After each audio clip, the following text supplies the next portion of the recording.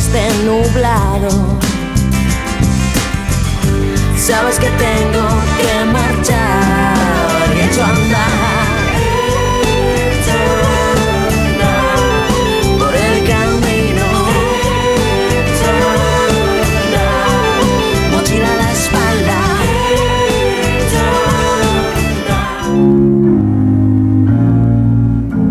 O camiñante sentiu como o aire se enchía de campás e o seu corazón de paz xa no monte que lle enchía de gozo. Pero é a medida que avanza cara a calquera das 7 portas da cidade de Compostela cando nota acrecentado o xúbilo e a súa alma estremécese ao compás do repique das campás basilicais. E mentres o bordón golpea as pedras das bellas rúas, admira xa a decoración perfecta do entorno catedralicio antes de entrar no obradoiro que é o antiguo libredón calistino. Ante a Basílica do Apóstolo, os ollos do camiñante volvense da dourada cor das santas pedras e de cor azul dos dilatados horizontes vividos. Porque a praza é abrallante en si mesma e nela sacia o peregrino a sede da alma mentras busca o milagre. Pasa o tempo entre a calma diurna admirando a fermosa selva florida de pedra da fachada occidental do templo na que se aprecia o perfecto equilibrio de volumes e formas. Que está o camiñante ante unha das maiores obras de arte barroca en todo o mundo, culminada ademais por unha selva que voa, que son as súas altas torres. Cando decide o peregrino seguir a lorquiana ruta dos soños, atópase a si mesmo, de novo, na fermosa praza de Praterías, todo un prodixio de finura a que Otero Pedrallo atopaba certo carácter veneciano. No centro, a fonte dos cabalos deixa caer longos e cantores chorros de auga, e por unha escalinata de 15 gradas acédese á fermosa fachada románica, dende onde David, sentado e coroado, tempera a viola. Algúnas veces o camiñante percibe entre o canto da auga da fonte a música do gran rei en pleno concerto. Seguirá o peregrino buscando a porta do perdón que ao final atopará na Quintana dos Mortos, a praza oriental desta catedral compostelá. A Porta Santa abrirase para el presidida polas figuras do apóstolo e os seus 2 discípulos. E será, ao traspasala, cando outra vez contemple aos anxos custodios mentres a cera das colmeas celestiais perfuman o templo, que esta é a hora do perdón ambicionado, o verdadeiro final do longo camiño das estrelas. Y el Camino de Santiago me encanta, o sea, me gustaría en algún momento hacerlo completo. Y en estos días, sinceramente, necesitaba como desconectarme, tomar unas semanas, y el Camino de Santiago en ese sentido es increíble. Es como un camino muy sanador, digo yo. O primeiro que ali subise e contemplase a cidade da tumba sería o proclamado rei da Romaría, porque vira como na luz mesma dos milagres a casa de Xacobe, e se lle porían os ollos da cor azul dos dilatados horizontes ou da cor dourada das santas pedras.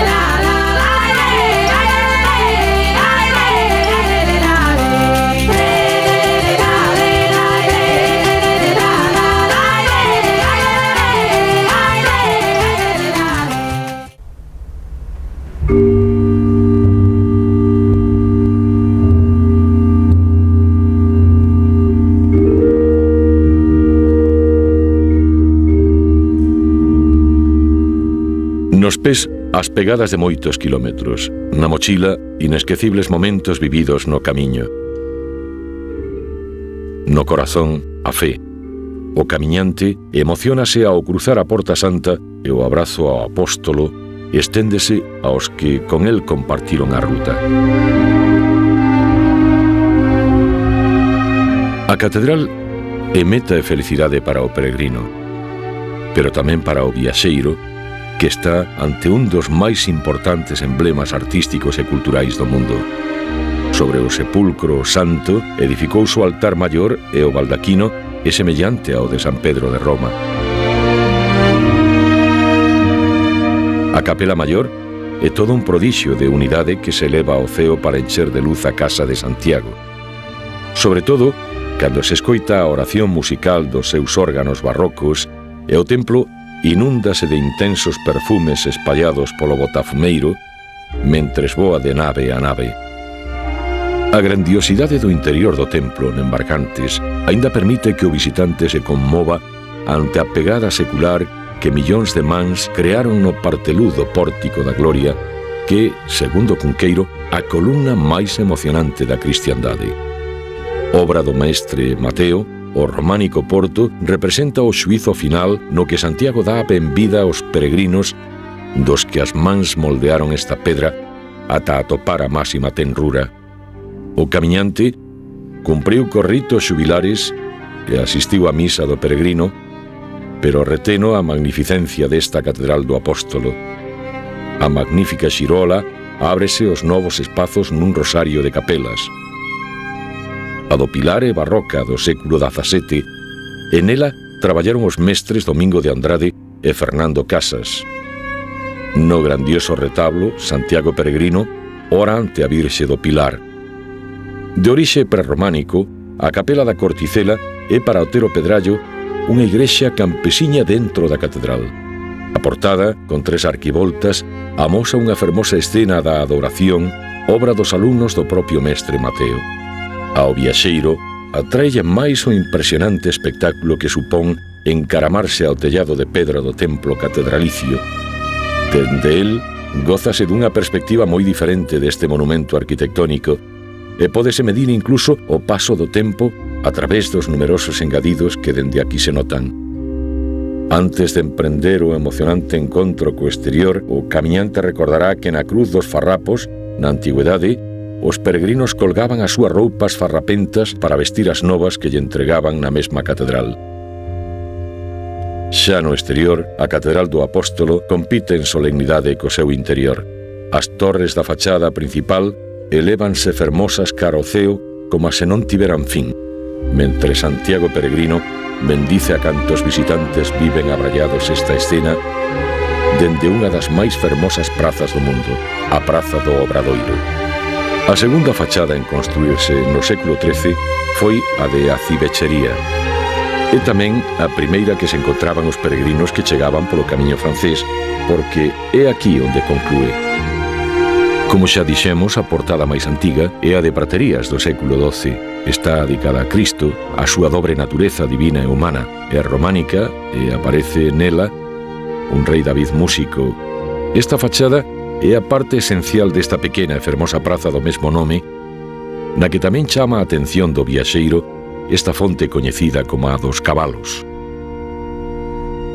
O círculo exterior da Catedral Compostelá complétase na silenciosa Praza da Quintana, a veces serenamente baleira e outras veces chea de multitudes, porque a esta praza ábrese a Porta Santa, a Porta do Perdón.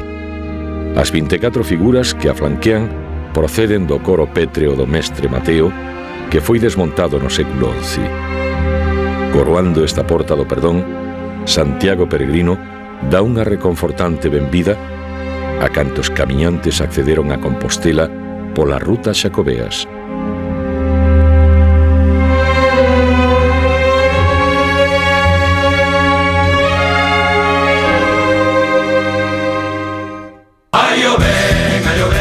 Pola beira do camiño, ai o ven, peregrino, ai o ven, pola beira do camiño, ai o ven, peregrino, ai o ven.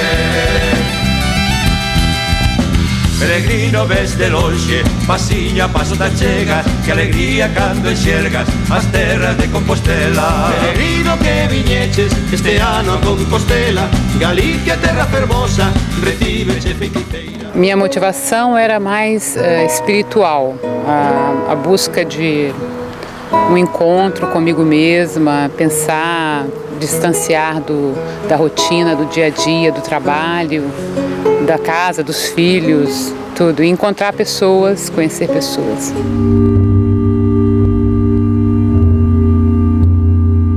Nada máis traspasar a entrada a Compostela pola porta hoxe imaginaria que chaman aínda do Santo Peregrino, o camiñante volve a reencontrarse co verde, insistentemente verde sobre outro, tan característico da paisaxe silenciosa que baixa dende aquela montaña, na que o conde de Altamira contemplaba as súas terras da Barcala e a Maía.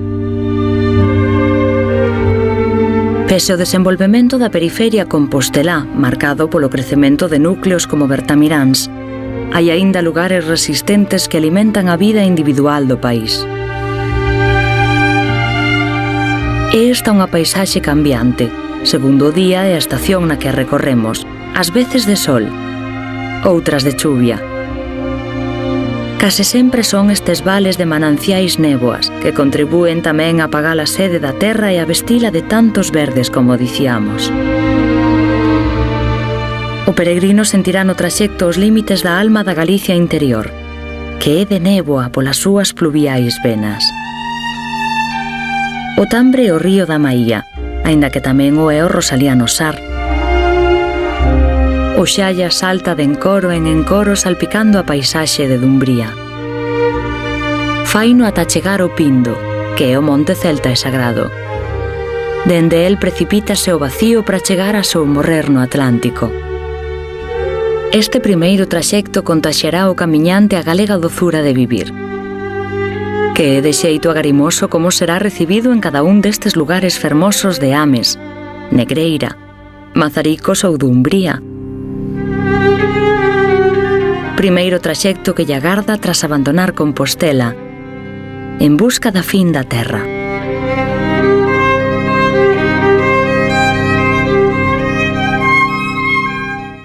Símbolos da inefável alegría que ferve nos peitos de estudantes. Voaría então, voaría, voaría então, voaría, voaría então.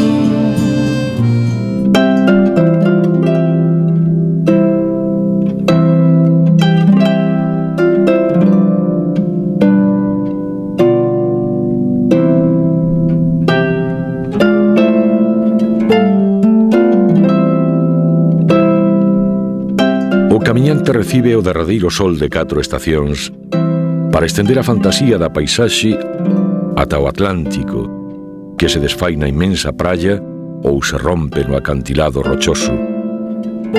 Buscará a perfecta simbiose entre a terra e o mar no lugar máxico onde o sol se esconde cada tarde.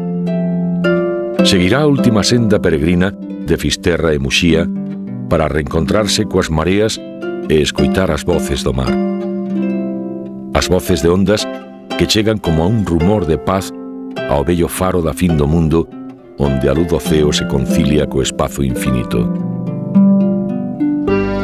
Vaise o peregrino por entre o hostal e o Pazo de Raxoi pola Rúa das Hortas e cara a Compostela Carballeira de San Lourenzo, pola que vaga aínda Rosalía de Castro a cabalo de algúns versos. É unha paisaxe que se repetirá polo val de Amaía tralo campus universitario da modernidade santiaguesa. Este val píntase de cores en estridencias e ten como a protagonista principal ao río Sar.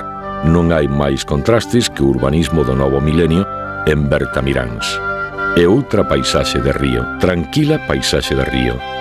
Sobre el, unha pequena ponte de orixe medieval ben conservada que xa está o camiñante no pequeno núcleo de auga pesada. Así é a porta do mar dende a Compostela universal, esplendorosa e transparente. Esta é a comarca da Barcala, rica en patrimonio histórico e relixioso. Unha das súas mellores mostras é a igrexa barroca de Transmonte, testemunha fiel da importancia sociocultural deste val, moi poboado, xa a finais do século XVI. O camiñante descubre outro río. É o Tambre, que aparece perdido entre o bosque encantado, escapando do progreso e buscando a pureza dos alisos que son madeira de gaita. O Tambre é fiel espello da fermosura plena. E outra fermosa ponte medieval, a de Ponte Maceira, abrirá paso ao peregrino que acaba de admirar brasonadas casas e pazos do pasado. Ponte Maceira foi tamén romana, aínda que a beleza do seu entorno é suficiente para que o viaxeiro a saboree sorbo a sorbo. É a fermosura do conxunto na que tamén o Tambre descansa. Os pazos abundan aquí, en Negreira, onde o camiñante chega despois de coñecer a igrexa de Santa María de Porto, con claras sinais de identidade románica nos seus muros norte e sur. Nada máis chegar á vila, adivíñase o de Chancela con románica lenda entre as súas paredes. Aquí morreu a ama Munia e o seu home, e o fiel escudeiro Bernardo. Das súas respectivas tumbas naceron 2 pinos entrelazados. Outro pazo, o de Cotón, preside o centro dunha vila que tamén foi eloxiada por Hemingway. É de orixe medieval e conserva aspecto de cidadela almenada, gracias a un corredor que une o edificio principal coa capela de San Mauro do século XVIII. En Negreira decide o camiñante descansar e faino nun magnífico albergue público ao pé da senda que tomará o seguinte día. Como Matrix.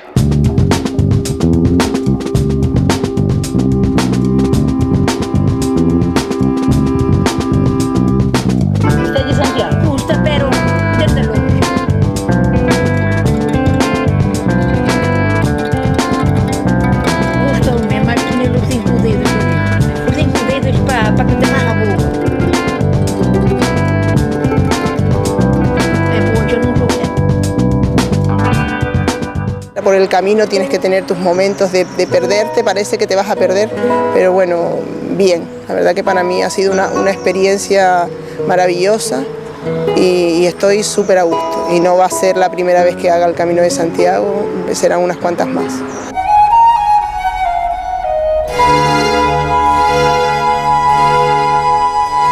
Cando as lexións romanas chegaron a Fisterra e viron os soldados como o sol se sumía no océano, escoitaron tamén o son que produce o ferro o roxo vivo cando se mete baixo a auga na fragua dun ferreiro.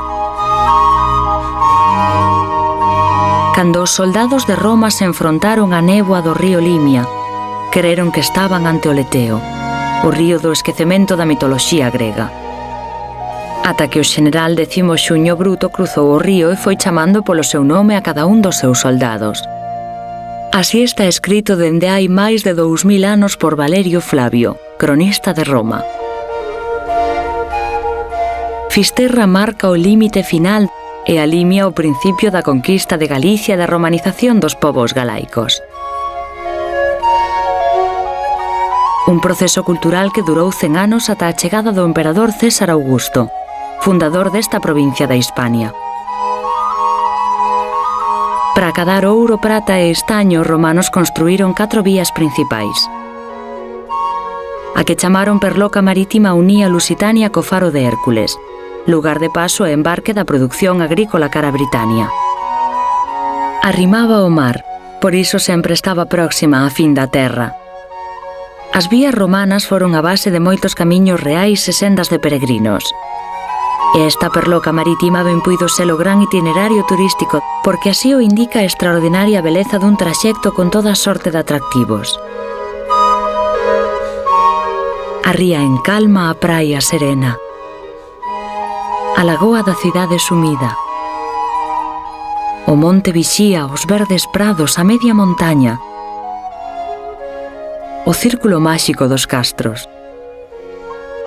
Incluso o perfil da Finisterrae que o peregrino alcanza dende moitos lugares da traza, sobre todo dende o cumio sagrado dos celtas. Sen dúbida, a Roma debe Galicia unha boa parte dos seus costumes culturais, dende hai máis de 2000 anos.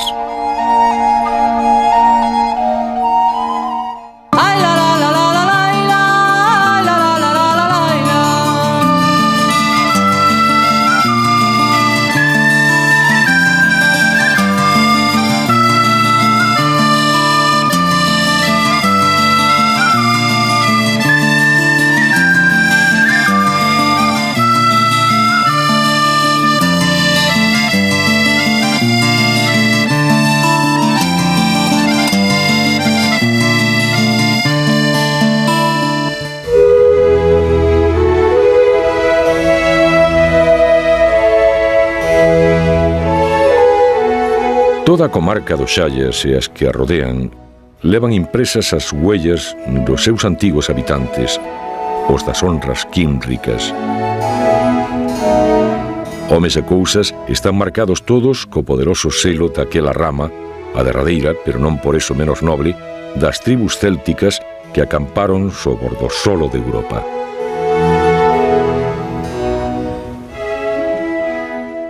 Personalmente, para min o final non é Santiago. Santiago é moi glamuroso, Santiago é moi bonito, pero para min o final do camiño é a auga do océano, Fisterra. A fin do mundo, isto é o que espero. Os meus pés trouxéronme ata aquí, isto é o final. Santiago está cheo de turistas, é moi fermoso, moi interesante, pero non o sinto. Non é o final, e por iso vou a Fisterra.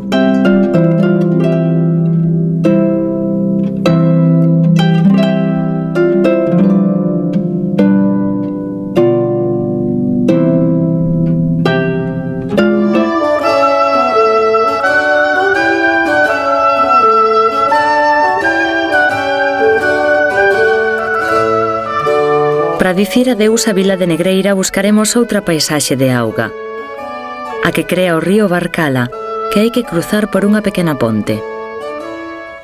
A sinfonía da auga será quen marque o ritmo o camiñante por esta traza xacobea, que volta a coincidir cos camiños medievais, como indican os topónimos que nos atopamos na ruta. Porto Camiño ou Camiño Real son fermosos lugares que seguen labrando a súa propia historia. Ás veces a senda da fin da terra vólvese de asfalto, pero pouco importa. Nesta ocasión o peregrino encóntrase na antesala dun dos treitos máis levadeiros e pintorescos da ruta. Transcorre por unha zona de suaves ondulacións, entre verdescentes prados e paisaxes cheas de vida, que a senda vai de aldea en aldea, cunha agricultura e gandería organizada con mimo. Quizá por iso é zona rica en arquitectura popular, que abundan na paisaxe os hórreos, os cruceiros, os petos de ánimas. Cultura de gran arraigo nesta terra na que aínda quedan artesáns da cestería, que tecen en palla diversos utensilios. Pero o camiñante agárdanlle moitas sorpresas nesta ruta final. En Maroña se espertará a súa curiosidade histórica da igrexa románica de Santa Mariña, que é un dos símbolos deste traxecto.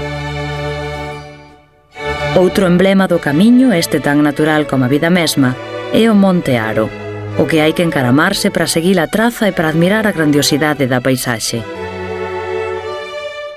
Aínda que se de paisaxe se trata, avanzará o viaxeiro ata Encoro da Fervenza, onde o espazo celeste se reflexa no azul das augas, do que se asemella a un lago de plenichaira, onde a policromía recompón outro relato máis deste camiño.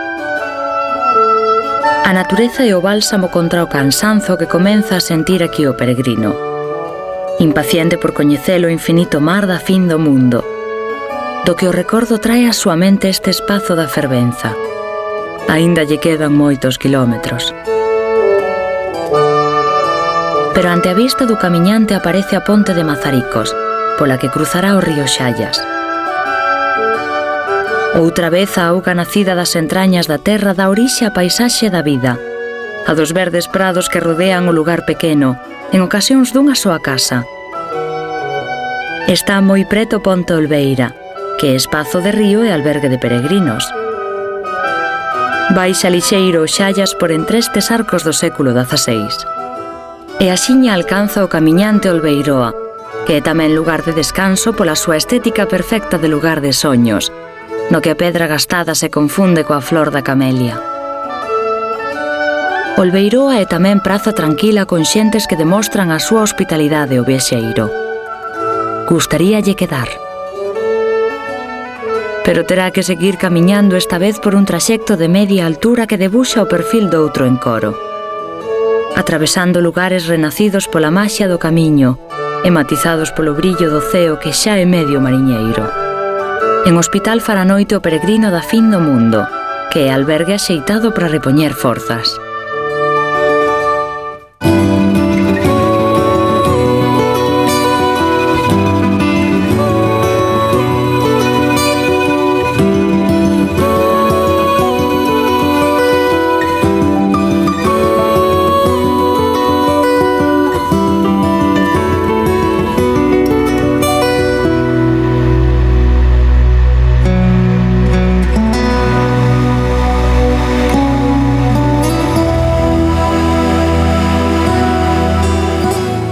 Há cerca de 20 anos eu tenho o sonho de fazer o caminho de Santiago.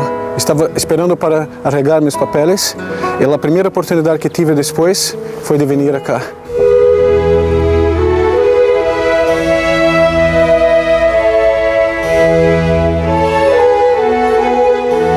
Certo, a peregrinación xacobea conclúe na súa esencia en Compostela ante o sepulcro do apóstolo. Pero moitos deciden prolongala ata a costa que aquí chamamos da morte. Son os peregrinos da fin do mundo. Chegan ata Finisterrae, a punta extrema de Europa continental, e na Idade Media, derradeiro reducto da terra coñecida. As razóns desta traza son varias. Para os peregrinos crentes, o camiño remataba aquí porque este era o tramo final do itinerario que no ceo marcaba a Vía Láctea, o camiño das estrelas. Porque aquí estaba a orixe da cristiandade en Galicia, na ermida de San Guillerme. Porque contan que foi o mesmísimo apóstolo Santiago o que destruiu o Ara Solis, o altar no que os celtas practicaban o culto ao deus Sol no promontorio Nerio. E porque hai pedras santas nas que a Virxe apareceuselle ao señor Santiago.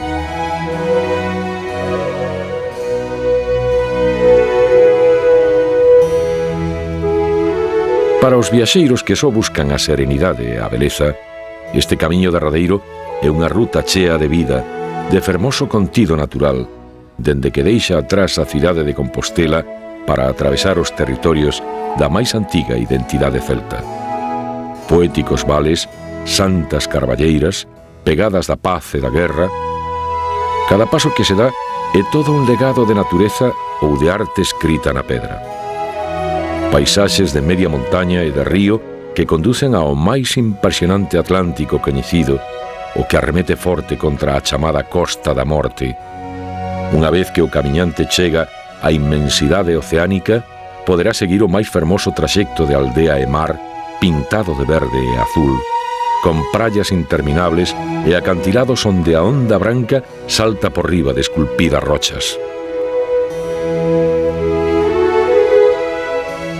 Con faros extremos e lendas mil que falan dunha cidade misteriosa chamada Dugium.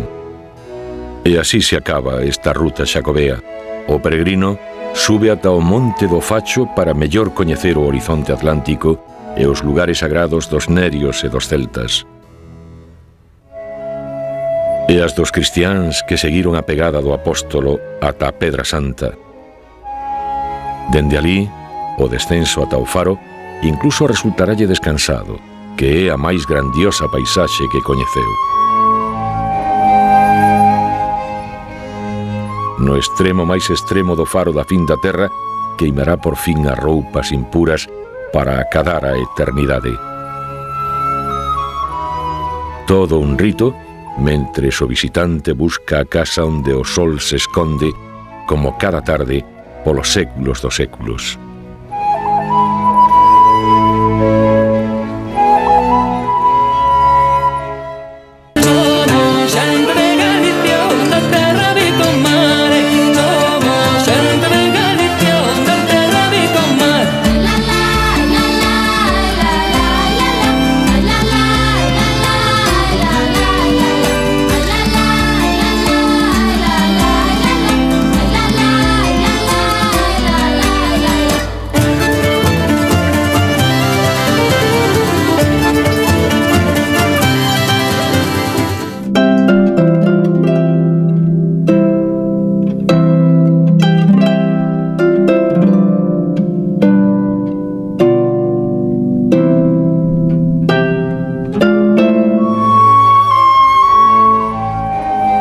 viaxeiro pregunta en hospital que senda deberá seguir, encollerase de ombros a boa xente que aquí habita e non haberá resposta exacta.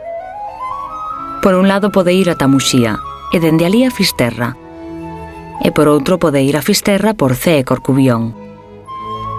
Así pois tome o camiñante a liberdade de elixir por si mesmo. Vexamos.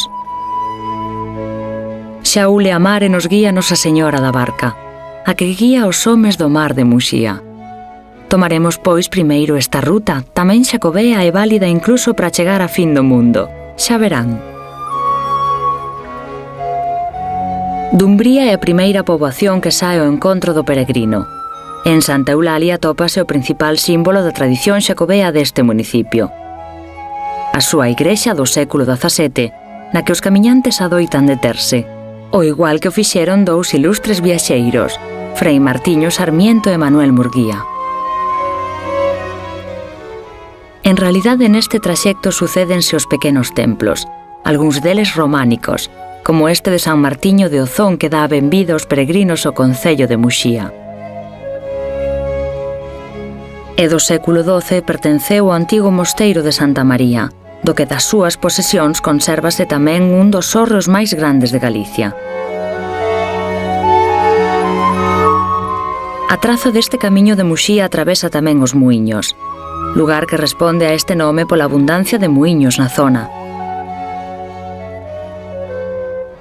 Son lugares de gran encanto natural que axudan a subir a costa de Moraime, xa moi preto do centro urbano muxián. San Xián de Moraime é monumento histórico artístico.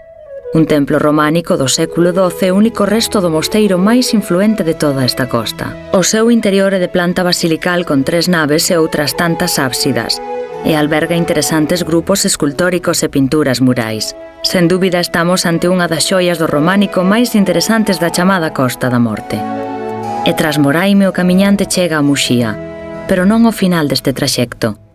Terá que seguir ata o santuario da Virxe da Barca. Na igrexa e no entorno está escrito o soño máis abraiante de todo peregrino que se valore.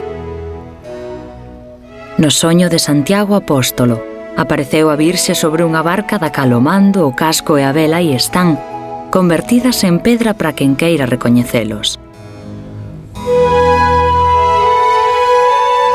Para celebrar tal prodixio construíuse no século XVIII este santuario que non podía ter outro nome que non fora o de Nosa Señora da Barca.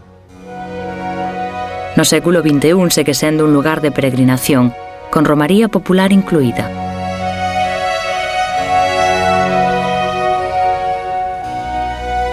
O mar ameazante da Costa da Morte pega garradas de espuma e sal as rochas do entorno do santuario, incluídos a veces mando, vela e casco da barca virxinal. Pero a máis fermosa estampa deste lugar máxico ofrece o sol cando se retira a descansar, e o vento canta na arboradura dos barcos do porto.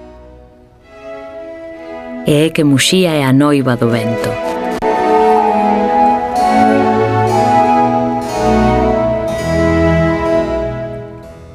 Unha brisa pode acabar na maruxía salvaxe do mar. Se puidera sentir a paz das tuas praias sento mar, non sabería da soidade nin da choiva no cristal, nin dos ventos a quebrar. Contacto con la gente, el compañerismo que hay, en fin, llena mucho, ¿no? Es una experiencia muy bonita y que yo animaría a la gente a que lo hiciera por los motivos que fuera, no tiene que ser un motivo religioso.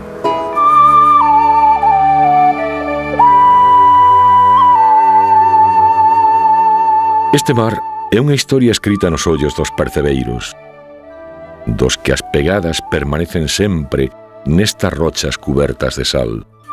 Historia que se arrolla como o ondear que os baña entre a vida e a morte. Que este Atlántico é ás veces guerreiro da negra sombra, provocadora das lágrimas da alma. E é mar de riqueza para navegar no barco dos soños cando o froito apetecido cólmalles de abundancia. Os percebeiros atravesan a infinita fronteira do medo con abrallante liberdade. Viven enraizados nas rochas máis batidas como ao froito que perseguen. Camiñan pola aventura de cada día vestidos de cansazo. E é que o mar meteuselles no sangue sen permiso, converténdoos nos anónimos protagonistas do espazo atlántico máis furioso.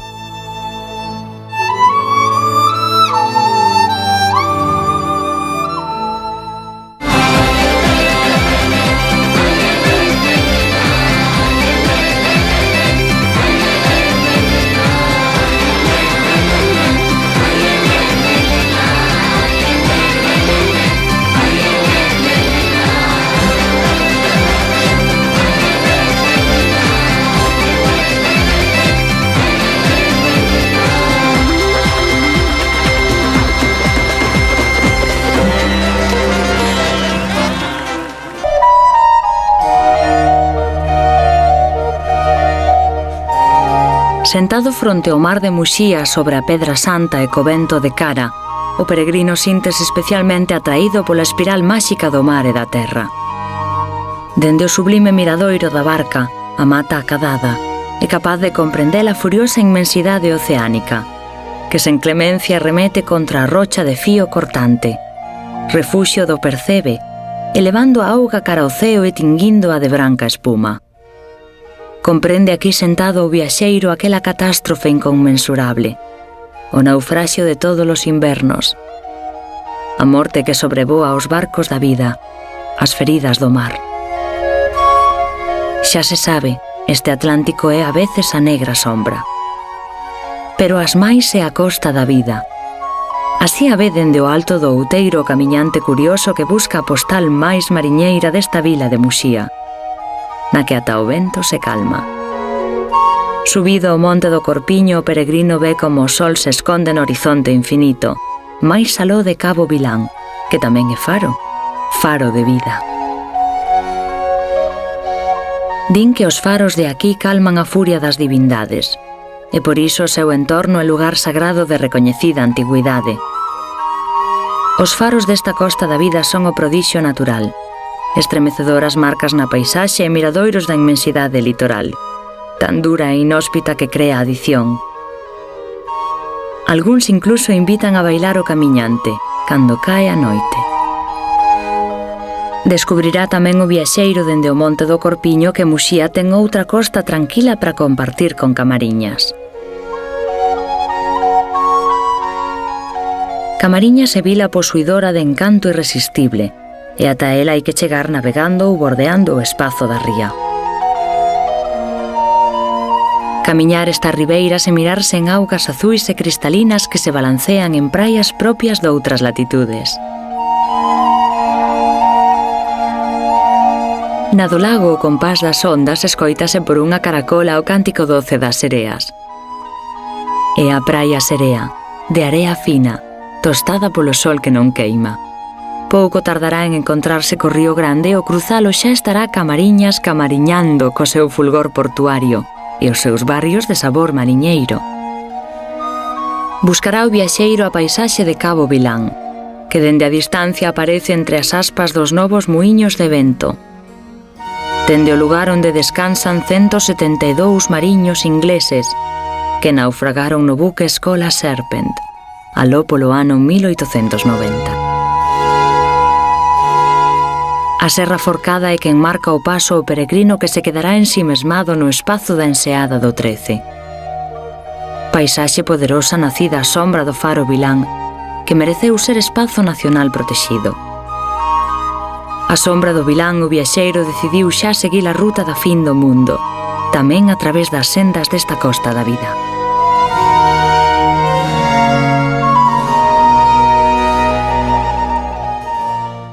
Mi marido hizo una promesa a venir al camino y yo vine con él, pero él quedó abajo, que está con muchas ampolas.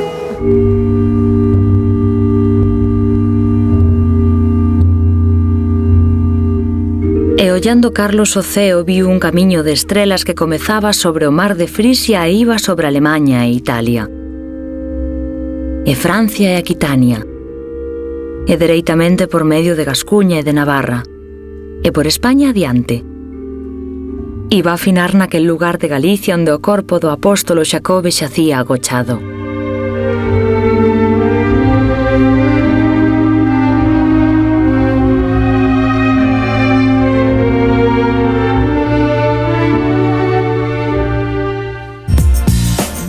Galicia es única, Galicia tierra de luz, Galicia tierra de sombras.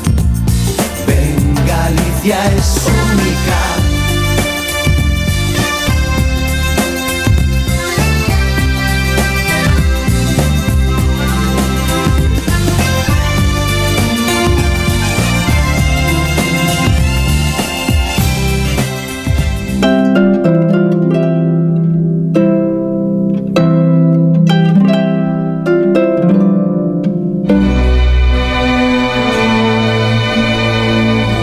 Se aquel peregrino elixiu a ruta de Muxía, podería este viaxeiro ter seguido a romana vía perloca marítima e ascender ao monte sagrado dos celtas, que é o que chaman o Pindo. Dende el, acadaría xa a visión do Finisterre que persegue. Pero volvamos os pasos ata o hospital, onde o camiño Fisterra-Muxía, a ruta oficial, bifúrcase como vimos. Aquí reemprenderá a marcha o camiñante que elixiu Cee. Segue a traza do camiño real que tramo ben conservado e tras varios kilómetros cara ao poñente estará xa na capela de Nosa Señora das Neves. Un santuario con fonte milagreira que, segundo a lenda, axuda a conseguir moitos embarazos. Estamos atravesando a Galicia menos poboada e ao mesmo tempo a máis humanizada, naturalmente fermosa e xenerosa en historias lendarias.